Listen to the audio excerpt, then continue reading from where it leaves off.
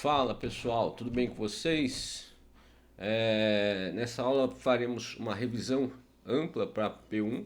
O foco não será apresentar conteúdo novo, mas reorganizar tudo que foi estudado na primeira unidade, em uma visão integrada, ligando conceito, cálculo e interpretação geométrica. Tá? A prova envolve vetores, módulo, distância, combinação linear, produto escalar, projeção, produto vetorial, produto misto, retas, planos, ângulos e distâncias. Tá? Em outras palavras, a P1 cobre praticamente todo o bloco inicial de geometria analítica. Tá? Eu quero que vocês acompanhem essa revisão de duas maneiras. Primeiro, como revisão de fórmulas e procedimentos. Segundo, como revisão de significado. Tá? Então não basta decorar a expressão algébrica, é preciso saber que objeto geométrico está sendo calculado e o que resulta, o resultado informa.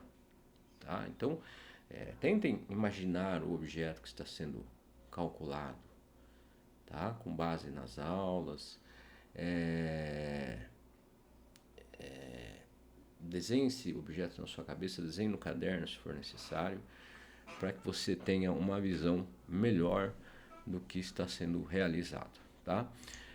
Vamos lá, o objetivo dessa revisão é organizar então o conteúdo da P1, tá, em um roteiro de estudo mais operacional. Tá? Então muitas vezes o aluno até conhece as fórmulas, mas se perde porque não sabe por onde por onde começar diante de um exercício. Então, ao longo da aula, vamos retomar as ferramentas vetoriais das aulas 1 a 4 e depois revisar retas, planos das aulas 5 e 6.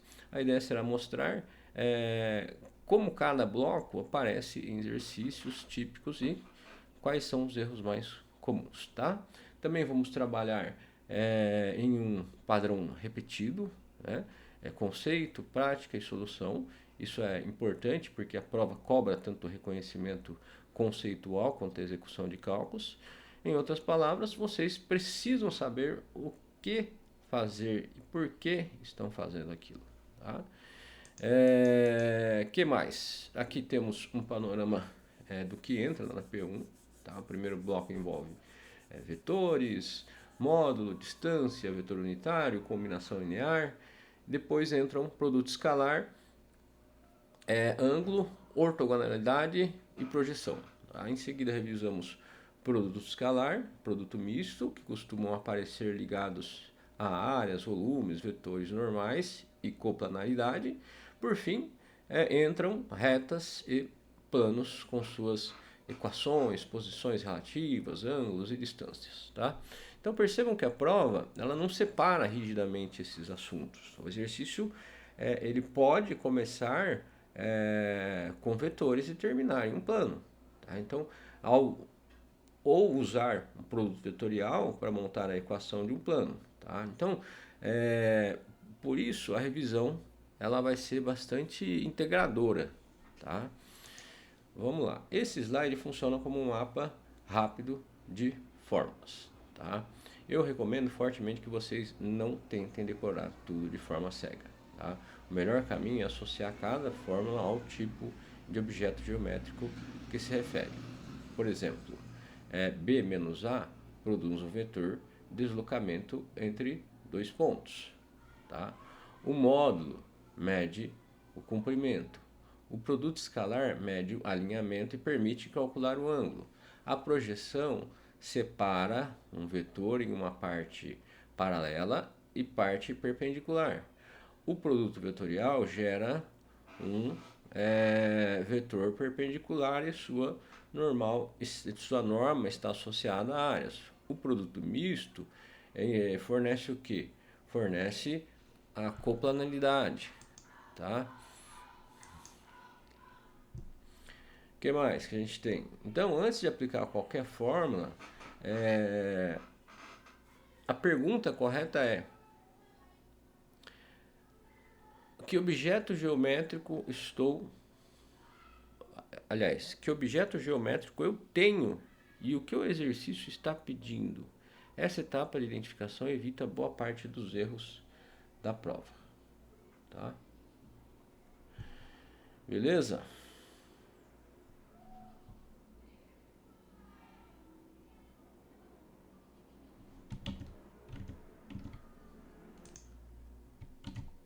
Ó, então, galera, aqui a gente consegue identificar os objetos, tá? Então, é um complemento do mapa de formas anteriores. A ideia não é olhar para cada expressão como uma fórmula solta, mas como uma representação de um objeto geométrico, tá? Então, quando a gente olha aqui por exemplo, o AB, né? O AB é igual a menos B, que representa um vetor deslocamento, tá? Em seguida, o módulo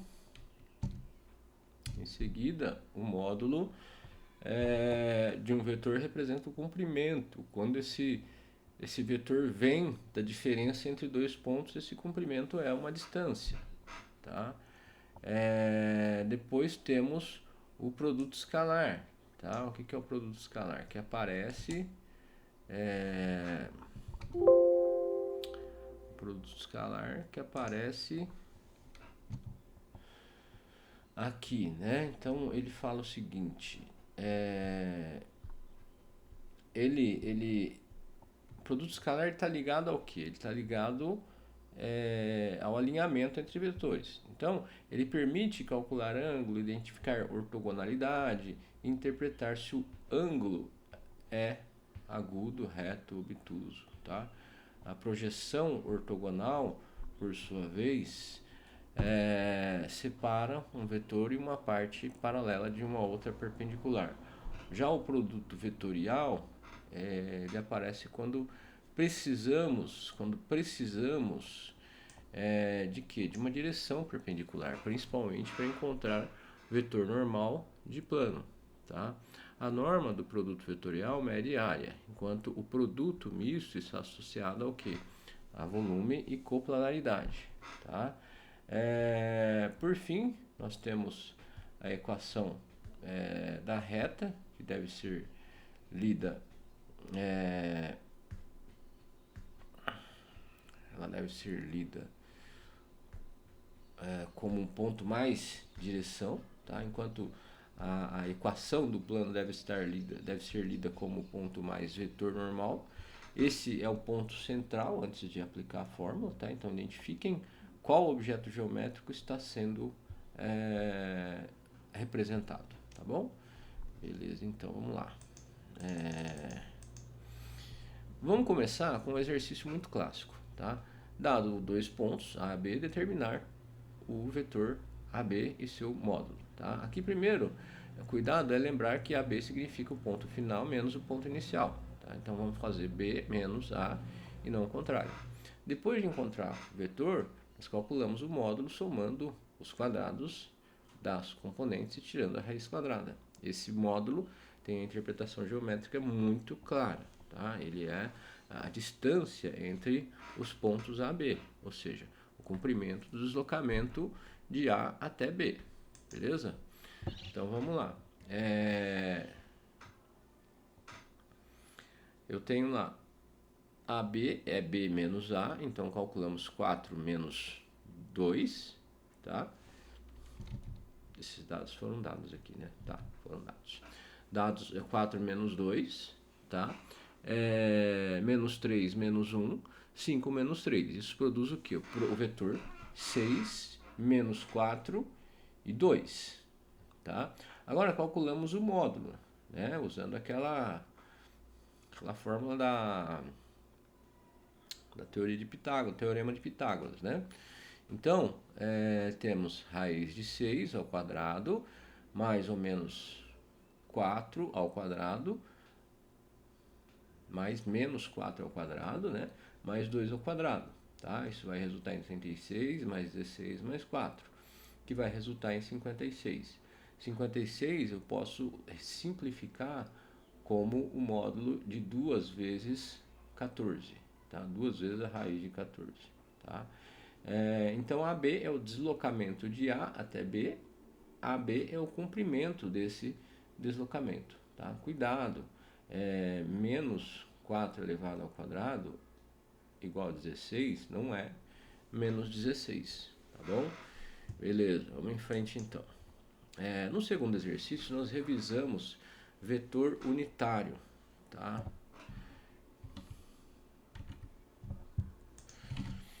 Então, o vetor unitário é aquele que tem módulo 1 e aponta na mesma direção de um vetor dado. Tá? Para encontrá-lo, basta dividir o vetor pelo seu módulo. Tá? Então, ele pede aqui, calcule o módulo de V, encontre o vetor unitário da direção de V, e se P 1, 2 e Q 4, 6, qual é a distância de PQ, tá? Então, o exercício ele retoma uma ideia essencial. A distância entre dois pontos é o módulo do vetor de deslocamento entre eles. Ou seja, a distância é um problema geométrico que frequentemente se traduz em cálculo de módulo. Tá? Esse tipo de questão é muito útil porque reúne dois conceitos básicos e mostra que eles se conectam naturalmente. Tá? Vamos lá então, vamos resolver. Então, para o vetor 3, 4, o módulo é raiz de 3 ao quadrado mais raiz de 4 ao quadrado. Tá?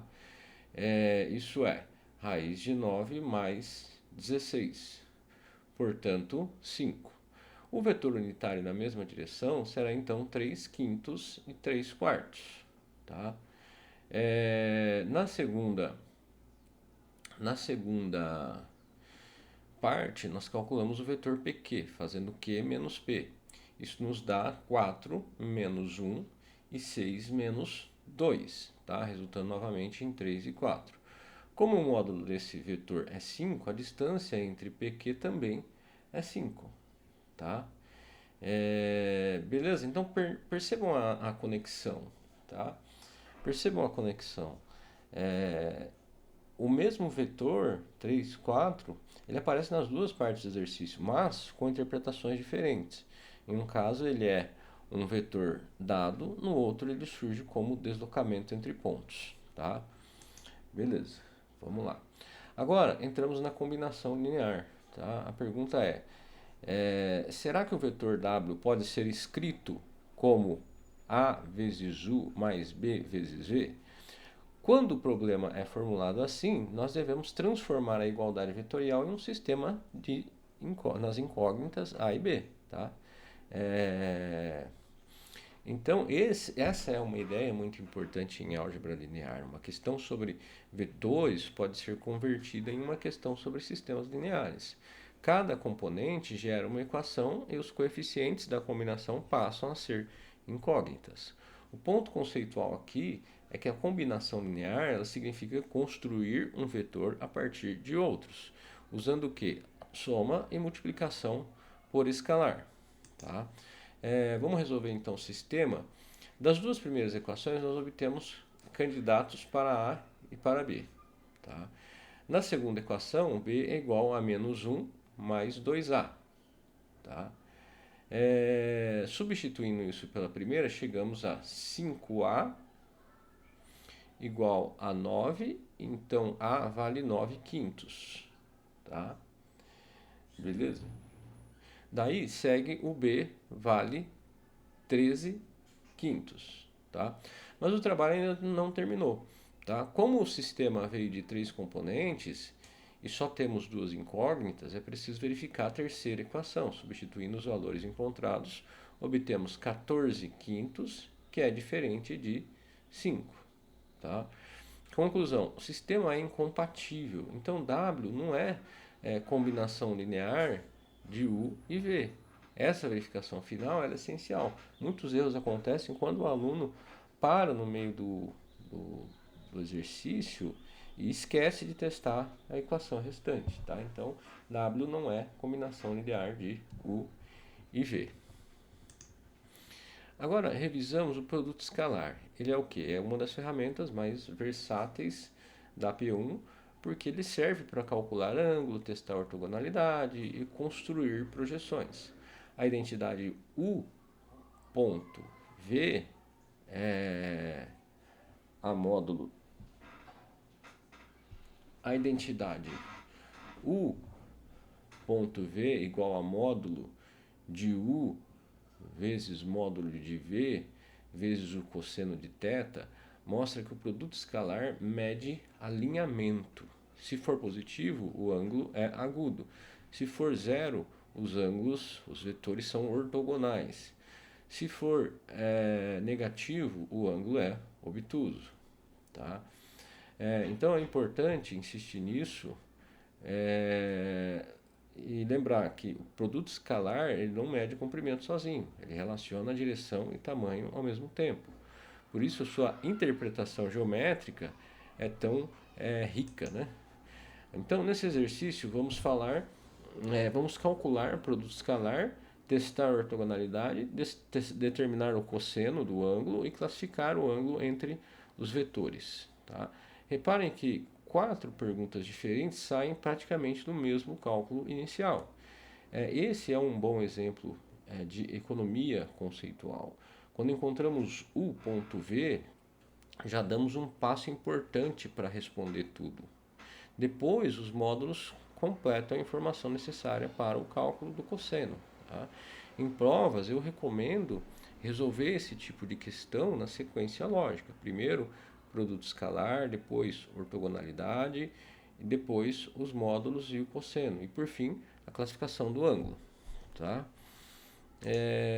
Vamos resolver então? Produto escalar é o que? É 2 vezes 1 mais menos 1 vezes 3 mais 2 vezes 2. Tá? 2 vezes 2. 2 vezes 2. Isso é 2 menos 3 mais 4, resultando em 6. Tá? Em 3. Tá?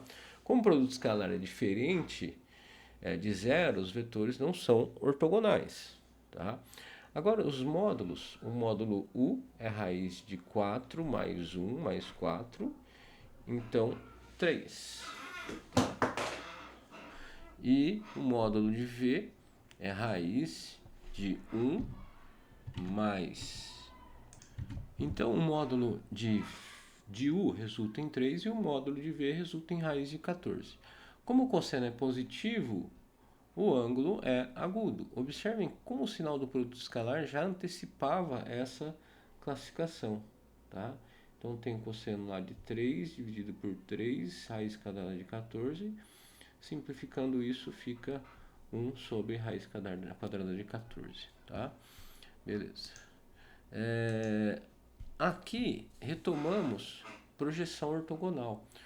Um dos temas mais conceituais da primeira unidade, a projeção de U sobre V, é a parte de U que está alinhada com V. O restante, isso é, U menos projeção, será perpendicular a V. Tá? Isso significa que a projeção permite o quê? Decompor um vetor em duas partes, tá? Uma paralela à direção escolhida e outra perpendicular. Essa leitura ela é extremamente importante para quê? Para entender distâncias, componentes e decomposições geométricas. Tá? Dito de outra maneira, a projeção não é apenas fórmula, é um modo de quebrar um vetor em duas combinações geométricas significativas. Tá? Beleza? No exercício 5, vamos justamente explorar essa ideia de decomposição. Primeiro, calcularemos a projeção de U sobre V.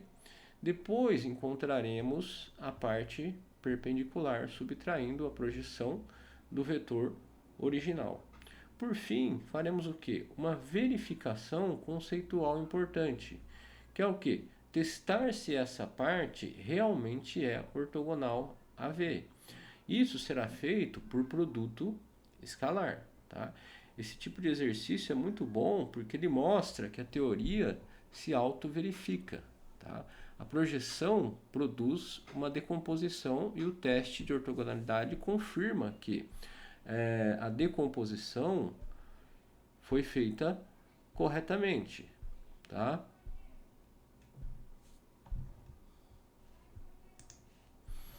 Vamos lá então. Começamos pela parte paralela, calculamos U ponto V, que dá 11, tá? O V ponto V que dá 5, tá? Então a projeção é 11 quintos vezes o vetor V, tá? 11 quintos vezes o vetor V. Como V é 1, 2, a projeção fica 11 quintos, 22 quintos. Tá? Beleza? Uma observação importante é essa. A projeção é um múltiplo escalar de V. Portanto, está na mesma direção de V. Tá? É exatamente por isso que ela representa a parte paralela. Então, sempre que fizerem projeção, vale a pena verificar mentalmente se o resultado ficou múltiplo de V, se não ficou algo que deu errado na conta. Tá? Beleza. Agora, nós calculamos a parte perpendicular. O que nós fazemos? Subtraímos a projeção do vetor original, 3 e 4, menos 11 quintos e 22 quintos. Tá? Escrevemos tudo com o denominador 5, obviamente. Tá? E obtemos 4 quintos menos 2 quintos. Para facilitar a ortogonalidade, nós fazemos o produto escalar dessa parte com V. O resultado é 4 quintos vezes 1 mais menos 2 quintos vezes 2, ou seja, 4 quintos menos 4 quintos, que dá 0. Tá? Portanto, a decomposição está correta. Né? O vetor U foi separado em uma parte paralela e V a V e uma parte perpendicular a V. Essa leitura é mais importante, tá, do que a própria conta. Então, agora passamos a produto vetorial. Ao contrário do produto escalar, ele só aparece diretamente em R3 e o seu resultado é um vetor, não um número. Tá? Então, geometricamente, o produto vetorial de U por V é perpendicular a ambos os vetores. Além disso, o módulo desse vetor ele mede a área do paralelogramo gerado por U e V. Por isso, o produto vetorial aparece em problemas de área, vetor, vetor normal de plano e teste de paralelismo. Se o produto vetorial for zero, significa que os vetores são paralelos, ou algum deles é o vetor nulo. Essa observação costuma aparecer bastante na prova, tá? Vamos lá para o exercício, né? Nesse exercício vamos calcular o produto vetorial e a partir dele a área do paralelogramo, tá? E a área do triângulo gerado por dois vetores. Reparem como um único cálculo alimenta várias interpretações, tá? A fórmula coordenada do produto vetorial ela deve ser usada com bastante cuidado, principalmente nos sinais. Uma boa prática é escrever cada componente separadamente, sem tentar fazer tudo de cabeça. Tá? Depois de encontrar o vetor resultante, calculamos o seu módulo. Tá? Esse módulo é a área do paralelogramo. A área do triângulo será a metade. Tá? Beleza? Então a gente vai usar essa expressão aqui. Ó. Tá? Isso aqui é bom a gente ter sempre em mente essa sequência, os sinais e fazer passo a passo, porque senão a gente se confunde, tá? Vamos resolver. A primeira componente é 2 vezes 3 menos 0 vezes 1, dando 6, tá? A segunda componente é 0 vezes 0 menos 1 vezes 3, que dá menos 3. A terceira componente é 1 vezes 1 menos 2 vezes 0, que dá 1. Tá? Portanto, U cruz V é 6 menos 3 e 1. Tá? Agora calculamos o módulo. Tá? Raiz de 36 mais 9 mais 1, que resulta em raiz de 46. Essa é a área do paralelogramo gerado pelos vetores. Tá? Como a área do triângulo é metade da área do paralelogramo, obtemos a raiz de 46 sobre 2. Tá? Então, observem como o mesmo resultado vetorial produz uma leitura geométrica imediata, né? Tanto para o paralelogramo quanto para o triângulo. Ele tinha pedido o triângulo também? Paralelogramo gerado... o triângulo também tinha pedido, sim. Beleza, então? Ótimo, vamos em frente então. Agora chegamos ao produto misto, tá? Ele pode ser calculado como U ponto V cruz W, tá? U ponto V cruz W, tá? Ou como determinante 3 por 3 com as três linhas ou colunas de vetores, dependendo da convenção adotada, né? Determinante aqui, ó. Então, U1 a U3, VU a VU3 e WU a W3, tá? O produto misto é uma escalar e sua principal interpretação é o volume orientado, tá? O valor absoluto dele fornece o volume do paralelepípedo gerado pelos três vetores. Se esse valor for zero, os vetores são coplanares, tá? Esse tema é muito importante porque ele conecta vetores determinantes e geometria espacial em um só cálculo, tá? Nesse exercício, nós podemos resolver de duas maneiras.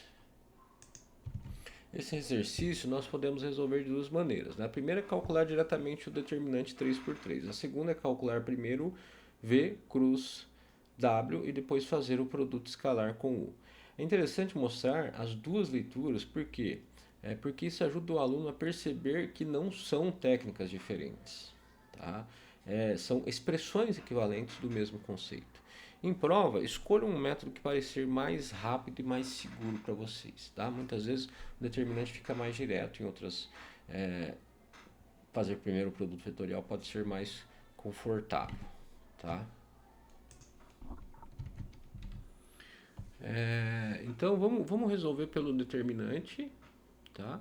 Expandindo pela primeira linha temos 1 vezes 1, vezes 1, menos 0 vezes 3, menos 0, tá?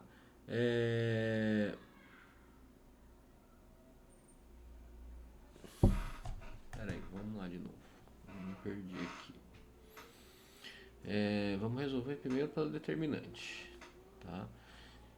Então, expandindo, nós temos, pela primeira linha, temos 1 vezes 1, vezes 1,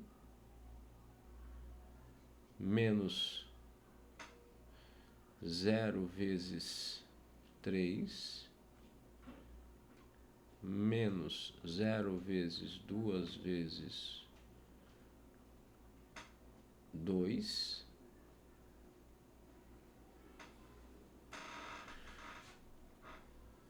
três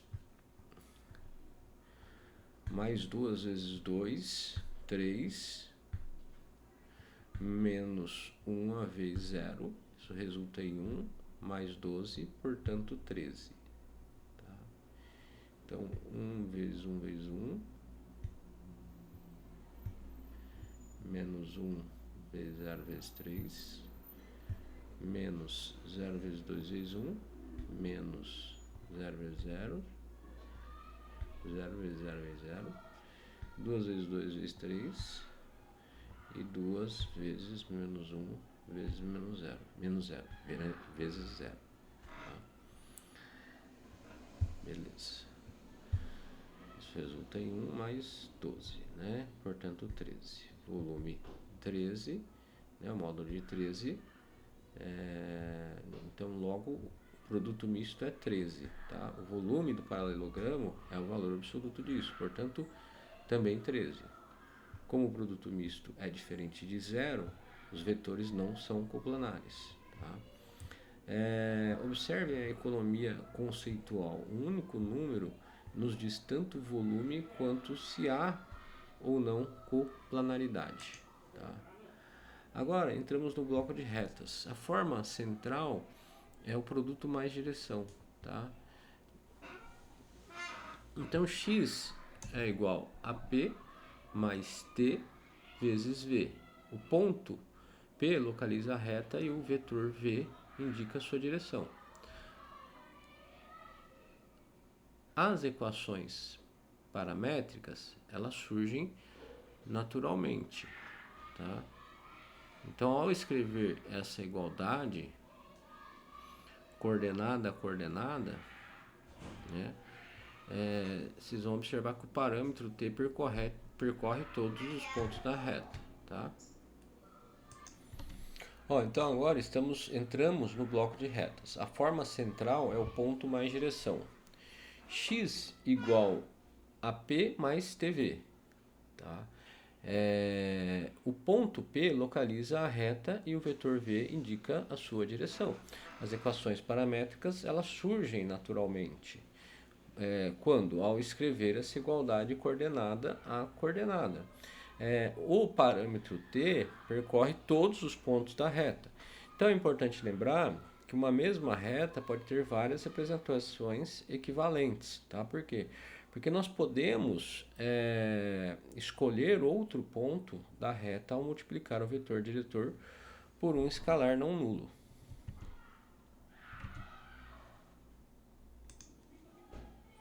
Nesse exercício, a reta ela passa por dois pontos, A e B. Então, o primeiro passo é sempre encontrar um vetor diretor, que nesse caso é o vetor AB.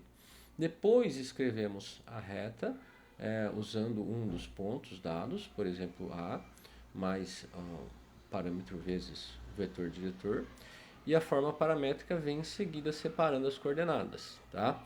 Esse procedimento é um dos mais cobrados quando se trabalha com retas em R3, tá? Por isso convém treiná-lo até que fique bem natural.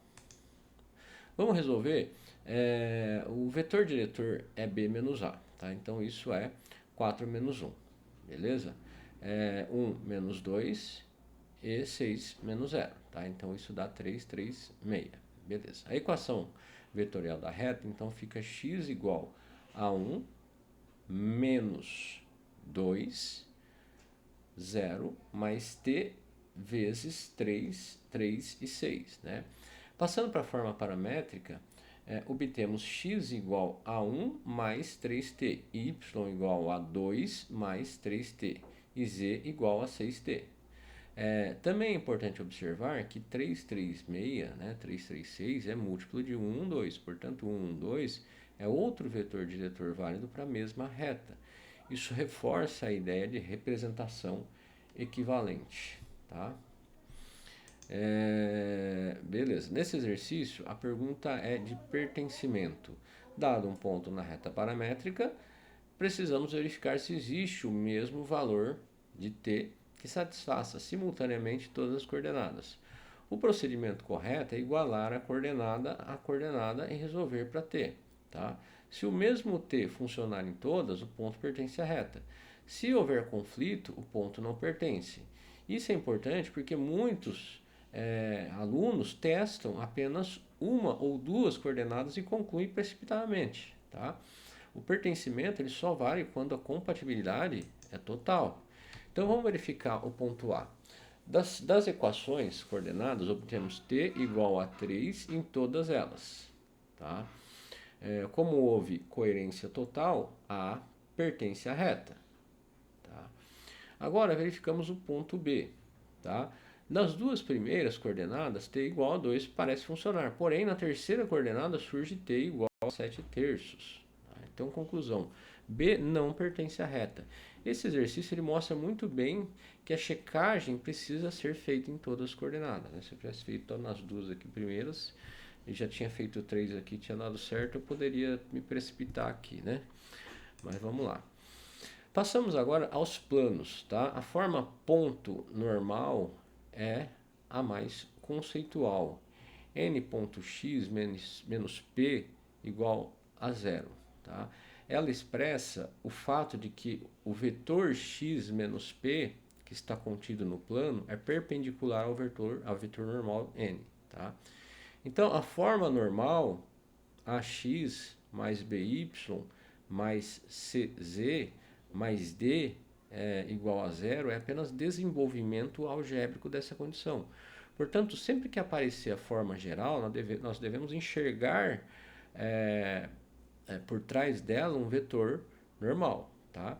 Essa leitura ela é essencial para quase tudo que envolve planos, equações, ângulos, distância e posições relativas. Tá? Nesse exercício já temos um ponto do plano e um vetor normal. Isso torna o procedimento direto. Então, basta escrever x menos p, fazer o produto escalar com o normal e igualar a zero. Tá? Um ponto didático importante é não pular etapas. Tá? Escrever explicitamente x menos p ajuda a evitar erros de sinal, especialmente quando as coordenadas do ponto P já são negativas. Tá? Então, depois de expandir, basta reorganizar os termos para chegar à forma geral do plano. Tá? Beleza, vamos resolver agora. O vetor x menos p é x menos 1, y mais 2 e z menos 3. Tá? Fazendo o produto escalar com 2 menos 1, 4, obtemos 2 vezes x menos 1 menos y mais 2 mais 4 vezes z menos 3 igual a 0. Tá? Beleza.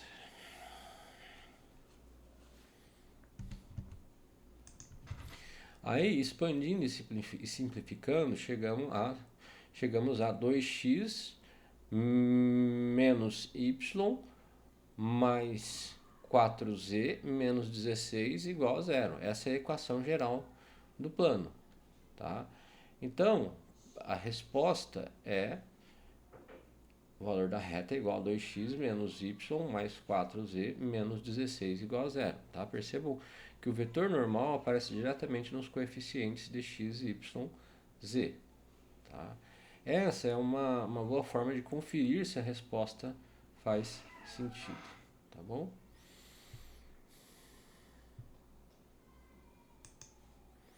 Aqui estudamos o caso em que o plano é determinado por 3 pontos não colineares. Tá?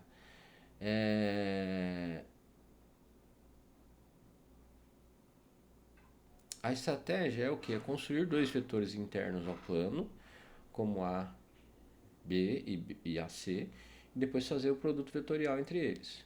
O produto vetorial ele fornece um vetor perpendicular ao plano, isso é, um vetor normal. Depois disso, voltamos ao procedimento anterior, usamos a forma ponto normal do plano. Tá? Esse método é importante porque mostra como valores e planos se conectam naturalmente. A geometria do plano é construída a partir de deslocamentos dentro dele. Tá? Nesse exercício, os pontos escolhidos são particularmente interessantes, por quê? Porque ficam sobre os eixos coordenados. Tá? Mesmo assim, seguiremos o procedimento geral, ou seja, calcular A, B, A, C e depois encontrar o vetor normal do produto vetorial. Tá? É importante reforçar que esse método ele só funciona quando os 3 pontos não são colineares. Se AB cruz AC fosse zero, isso significaria que os pontos estão alinhados e, portanto, não determinam um plano único. Esse tipo de exercício ele costuma ser muito frequente em provas, justamente porque integra vetores, produto vetorial e equação no plano. Tá? Vamos calcular então os vetores internos. AB é menos 1, 1, 0 e AC é menos 1, 0, 1. Agora fazemos o produto vetorial entre eles. Calculando componente a componente, obtemos 1, 1, 1. Esse é o vetor normal ao plano. Vale a pena observar como um cálculo vetorial relativamente simples produz uma informação geométrica muito importante. Tá? E o próximo passo será usar esse normal e um dos pontos do plano para escrever a equação. Tá? Beleza, usando o vetor normal, 1, 1, 1, e o ponto A igual a 1, 0, 0, escrevemos n.x menos A igual a 0. Isso dá o quê? Isso dá 1, 1, 1. Ponto x menos 1, y, z igual a 0. Tá? Expandindo, obtemos o quê? X menos 1, y mais z igual a 0, ou seja, x mais y mais z menos 1 é igual a 0. Tá? Essa equação é a resposta. Tá? Observem que, por simetria, ela faz bastante sentido para os 3 pontos dados. Cada um deles satisfaz a condição de que a soma das coordenadas seja 1. Tá? Agora, nesse slide, reunimos algumas regras de ouro para ângulos de distância. A primeira é identificar os vetores corretos. Ângulo entre retas usa vetores diretores. Ângulo entre plano usa vetores normais. Ângulo entre reta e plano relaciona o diretor da reta com o normal do plano. Tá? Quanto às distâncias, a fórmula do ponto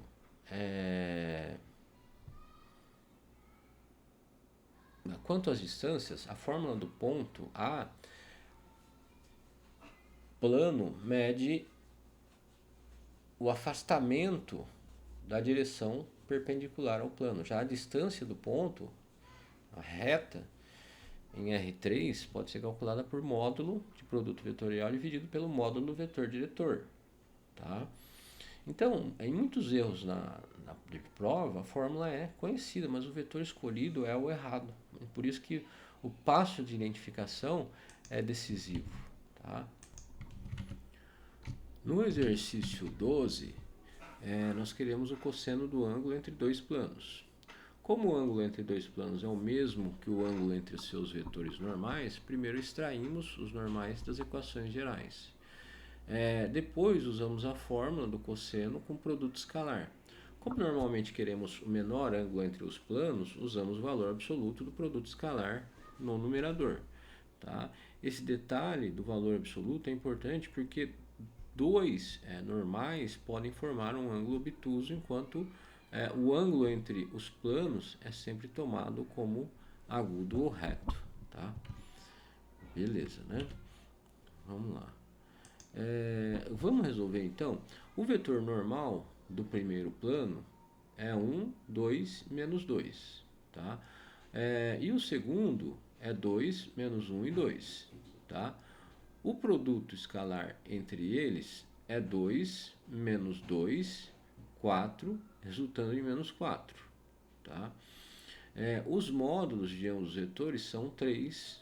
Tá? Então, o cosseno do ângulo entre os planos é o valor absoluto de menos 3 dividido por 4 vezes 3, ou seja, 4 nonos. Tá? Portanto, o cosseno pedido é 4 sobre 9.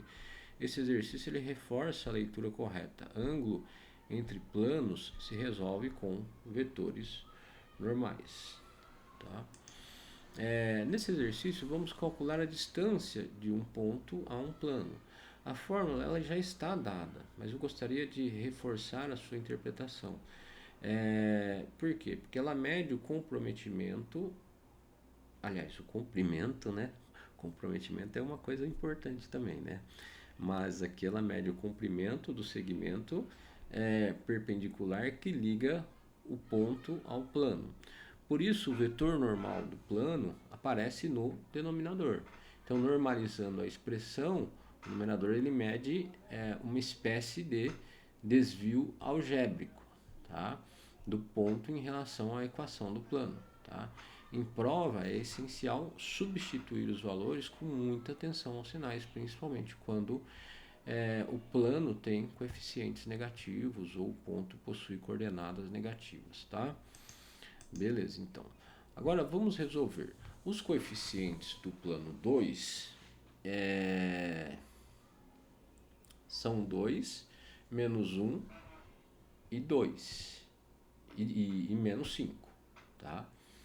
Substituindo o ponto 2, menos 1, 2, substituindo o ponto, né, nós temos 2, menos 1 e 3. Tá? Então o numerador ele fica módulo de 4 mais 1 mais 6 menos 5. Isso é módulo de 6, então 6. Tá? O denominador é a raiz de 2 ao quadrado mais menos 1 ao quadrado mais 2 ao quadrado, resulta em raiz de 9, portanto 3. Tá? Assim, a distância é dividido 6 por 3, ou seja, 2. Tá? Conclusão, o ponto está a 2 unidades do plano. Vale observar que a distância é sempre não negativa, por isso o valor absoluto no numerador é indispensável.